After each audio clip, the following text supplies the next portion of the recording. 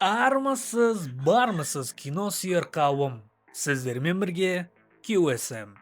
Кино өнерінде қашу тақырыбы ең көп талқыланатын, ең танымал тақырыптардың бірі. Біз кейіпкердің чемоданын жинап, басқа қалаға немесе басқа елге кеткенін көргенде, оның барлық мәселесі сиқырлы түрде шешіледі деп сенгіміз келеді. Біздің санамызда бақыт біз жоқ жерде деген иллюзия берік орнаған. Бірақ жақында шыққан «Ғашықпын саған» фильмі бізге мүлдем басқа, бәлкім ауырлау шындықты айтады. Сен қайда қашсаң да, өзіңді, ішкі қорқыныштарың мен өткеніңді, жан жараңды міндетті түрде бірге ала кетесің. Мәселе мекенжайда емес, мәселе сенің ішкі әлеміңде. Бұл туынды біртінде жазыла салған жеңіл-желпі коммерциялық жоба емес. Оның сценарийі режиссер Думан Еркінбектің санасында тұп-тура 8 жыл бойы пісіп жетілген. 8 жыл дегеніміз бүтін бір дәуір.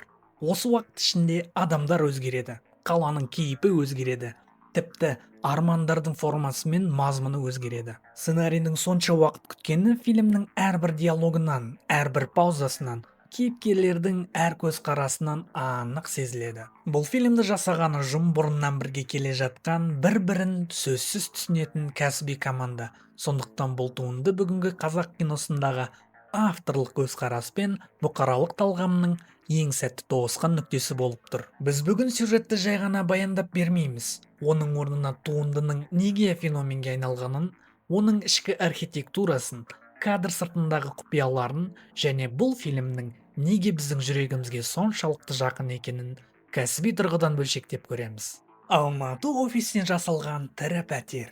Киноның ең үлкен құдіреті осында.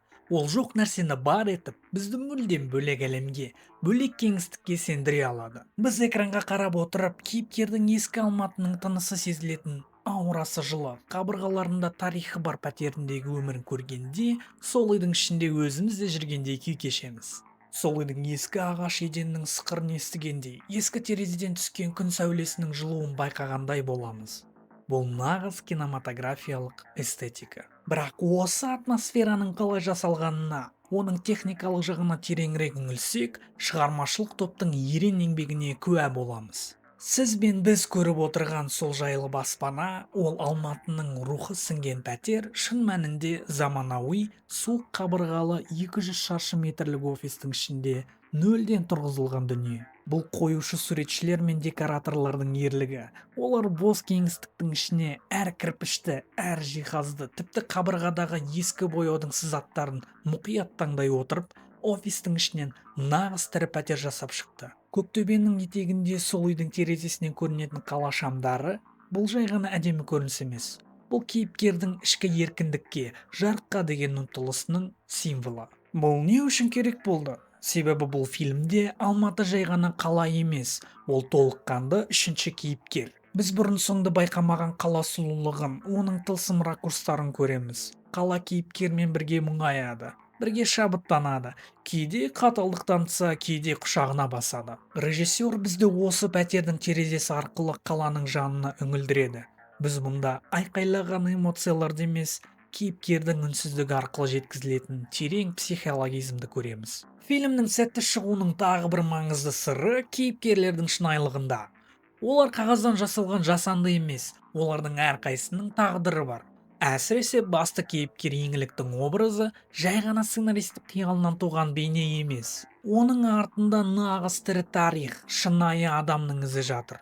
Режиссер Думан Еркінбек жас кезінде жаңадан көшіп барған ескі пәтерінен жинастыру жұмыстарын жүргізіп жатқанда 96 беттік ескі дәптерді тауып алады. Бұл біреудің армандары, мақсаттары мен ішкі толғаныстары жазылған нағыз күнделік еді. Ондағы «мен бай боламын» деп қайталанып бүкіл бетті толтырып жазған сөздер жас жанның өмірінен өз орнын іздеген амалсыздықтан туған жан айқайы секілді еді. Еңлік жазушы қыз. Оның болмысы сол табылған күнделік иесінің тағдырымен тығыз ұштасқан. Фильмдегі еңліктің арман дәптері жай ғана реквизит емес, ол кейіпкердің жанының айнасы.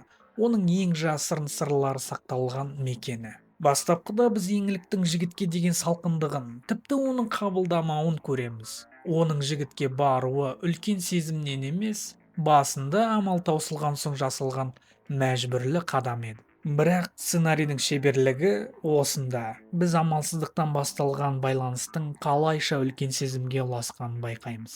Жек көру мен жатсынудан басталған жолдың шынайы ғашықтыққа ұласуы көрермендер мен кейіпкерге деген сенімін арттыратын басты фактор. Бұл жерде махаббат жай ғана романтика емес, ол кейіпкердің жанының емделуі, оның өзіне деген сенімін қайта оралуы. Фильмнің музыкасына келетін болсақ, музыка бұл фильмнің жаны ғана емес, бүкіл болмысы. Фильмнің музыкалық тарихы өз алдына бөлек өте терең драма.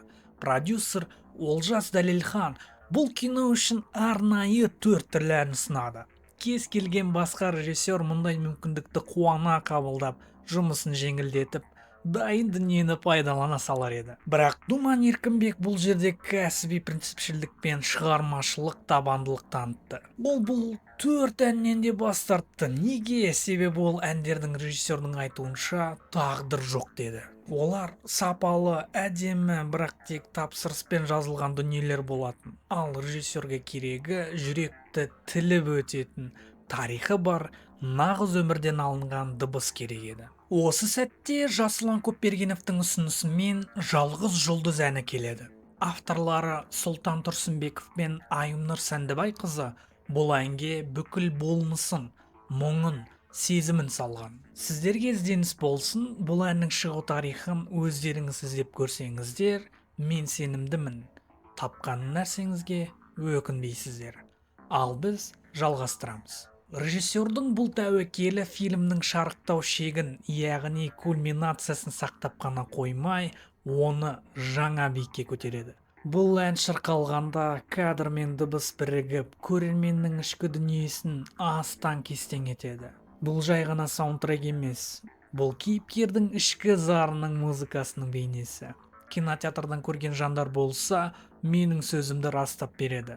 Бұл әннің жүрекке жететін күші мүлдем бөлек. Және де әрине Аршаттың Алматы әні. Бұл ән нағыз феномен. 9 жыл бойы ресми нұсқасы болмаса да, ол әрбір студенттің гитарасында, әрбір жастың жүрегінде, әрбір жатақхананың бөлмесінде өмір сүрді. Ол тұтас бір буынның бейресми әнұраны еді. Бұл фильм Аршаттың әніне ресми үй берді десек те болады. Ән шырқалғанда кинотеатрдағы атмосфераның қалай өзгеретінін сену үшін оны міндетті түрде көру керек. Бұл жай ғана ноталар жиынтығы емес, бұл түнгі Алматының дауысы, біздің жастық шағымыздың жаңғырығы. Гитараның әрбір шегінің дірілі кейіпкердің жан дүниесіндегі сызаттарды жеткізіп тұрғандай әсер береді. Бұл жасанды дыбыс емес, бұл нағыз тірі Алматының дауысы. Әрине, мінсіз туынды болмайды. Ғашықпын саған фильмі де бұл ережеден тыс емес. Біз оның визуалды әдемілігі мен музыкалық тереңдігін айттық, бірақ кәсіби талдау жасаған соң фильмнің кейбір ақсап тұрған тұстарында айтпай кетуге болмайды. Біздің субъективті ойымызша фильмнің басты кемшілігі қосалқы кейіпкерлердің толыққанды ашылмауы. Сценарий тым қатты екі ғашықтың айналасында шоғырланғандықтан олардың айналасындағы адамдар жай ғана фон болып қалып қойғандай әсер береді. Олардың мотивациясы мен бұл хикаяға қосқан әсері жетіспеген сияқты.